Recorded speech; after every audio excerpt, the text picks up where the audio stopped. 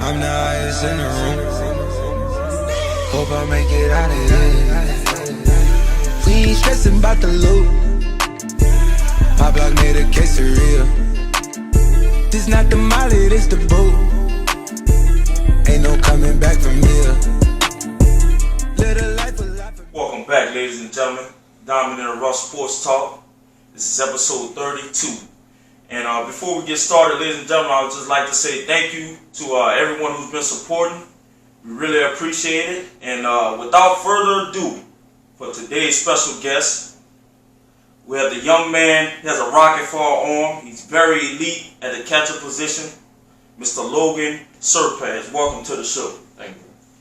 So, man, just tell us how you and your family are holding up during this pandemic so far. Family's family. Everybody's been good. You know, we've just been hunkering down at the house. I've been putting in work with Austin at his house. We just been in work all the time, but everybody's good. Right. So as I mentioned earlier, man, you play the catcher position, and you know, one of the essential skills at being a good catcher is being able to frame the ball. At what age did you say you developed the skill, and how much do you work on it?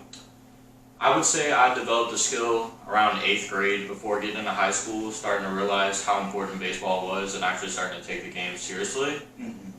And what was the second?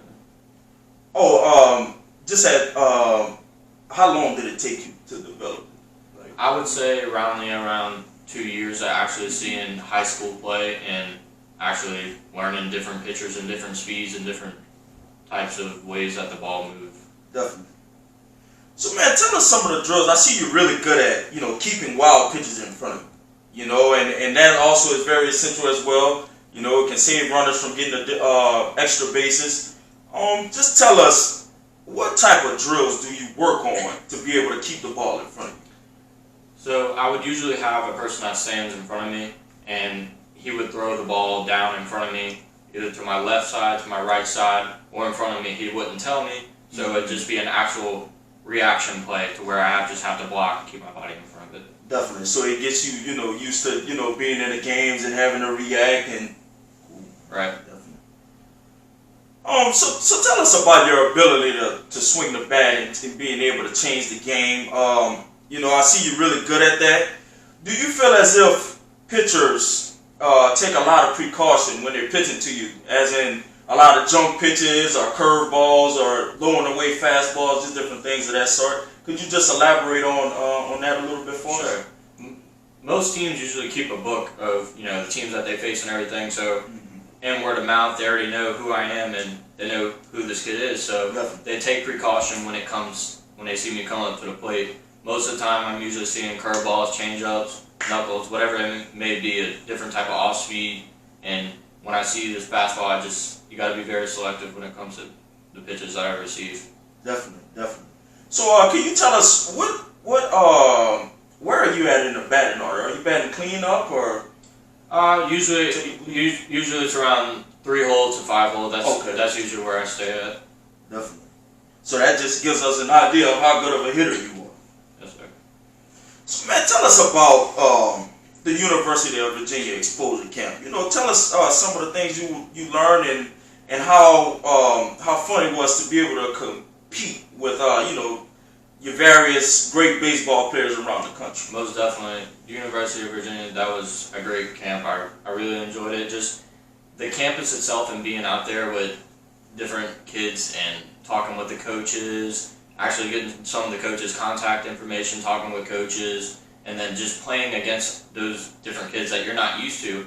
And as being a catcher, you know, you don't know these kids, so it gives me a learning aspect to actually learn different type of pitchers and speeds and that type of whole thing. Right. So, man, tell us, do you take it as disrespect when runners try to steal bases on you? Not necessarily. I don't take it as disrespect. They don't know what's behind the plate, so when I throw them out, then they'll kind of take that as noted, like, okay, I'm not going to steal him again. Right. Man, from seeing the film, man, you have a very, very, very strong arm. You know, like you got a rocket for an arm, man, and it's just, you know, and like you said, you know, you may have to throw 1 or 2 of them out for them to really, you know, the next time they're going to be real hesitant to try to steal a base. Right. So who is your favorite catcher in the league? And tell us what is it specifically about their game that you really like? I would have to say D.I.R Molina, and just because he's one of the best catchers, I think his mechanics are beautiful, and I just study his film all the time on YouTube. I like watching his highlight plays. He's just a great defensive overall player. Definitely. And for my last question, man, where would you in what area of your game would you like to improve? I would probably have to say flexibility. Flexibility always has never been my strong point, so I always have to make sure to stretch, and just I want mobility. That's always a great thing to be a catcher, is be flexible. Definitely. Well, that's all the questions I have for you. Not a good floor is not yours. So Lo, if I can call you Lo. No, that's what we call it. All right. So what makes a great catcher? Being a great catcher would just be an athlete overall, being very flexible, being mobile, just being an athlete overall. What age did you start specializing in catching? Like I said earlier, I'd probably have to say around 7th to 8th grade, over in between seasons, and actually just catching bullpens with friends and stuff. That's when I started to really get into it. So we know what being a catcher, you have to do a variety of different things. You have to have, I ain't gonna say sign language, but you gotta be able to, do all this with your hands and communicate with the coaches and call pitches and things like that. What's the hardest thing about being a catcher? Hardest thing about being a catcher, I would have to say, is just keeping that same mentality through your head the whole entire game, and just always being there for your pitcher. Because sometimes pitchers, they're not having their best day, or they might be off, and you just you got to be there for them. You got to be a coach and just be strong the whole game. You can't get lazy. You just got to keep a strong mentality.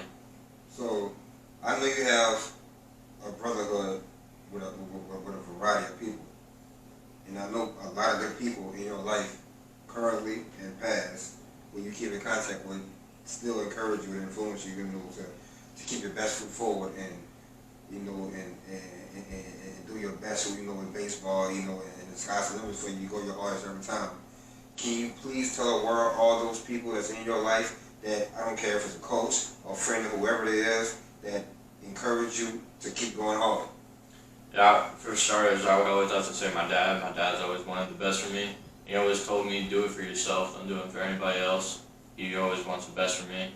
Coaches, Coach Yeager. Coach Yeager's always been there for me.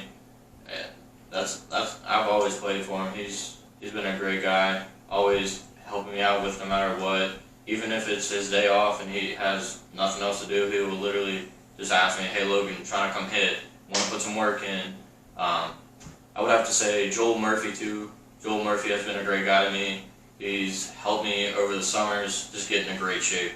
And he taught me how to eat right. Joel's a great guy. He played at South Alabama and was actually a scout for him a little bit.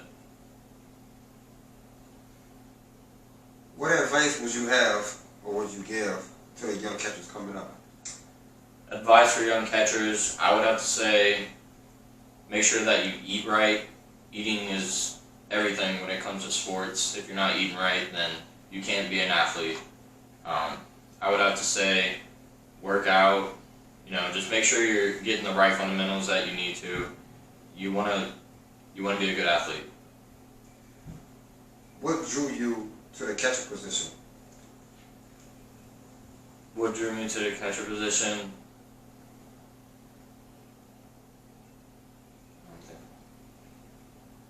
Take your time. Take your time, brother. Take your time. Can you just say the question again?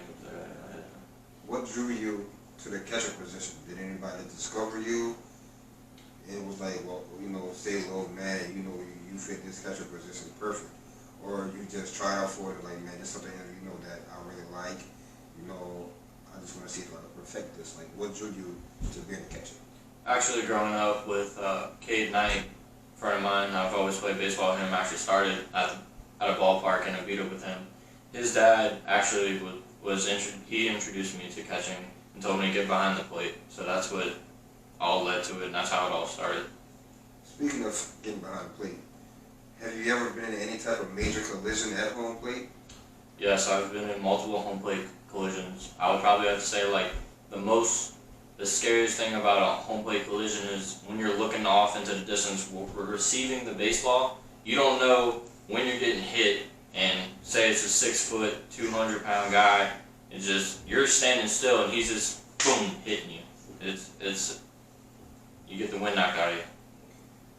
For my last question, what is your burning desire? My burning desire, I kind of mentioned it earlier. My dad's always been a big inspiration to me, and he's always gave me life talks and life lessons, and he's always just gave me great talks. He's just there for you. I mean, that's your road dog, right? I'm saying, you know, that's Pops. You know, he introduced you to the sport. Yeah, he's always, my dad and I, we just started throwing in the backyard, and he's always pushed me to do everything for myself and do everything good. I have a question. So, where do you see your skills in the next 4 or 5 years? In the next 4 or 5 years, the plan right now is to make it to college baseball first. It's always been a dream of mine to play college baseball, and after my college years, hopefully I can get up to the majors, but the plan right now is to play college baseball. That's always been a dream of mine. God is good. It will happen. Speaking to existence. Man, can you tell us your social media platforms? Social media platforms are Logan Serpas, LOGANSERPAS. Well, ladies and gentlemen, this will conclude episode 32 with the elite catcher, Mr. Logan Serpas. Thank you.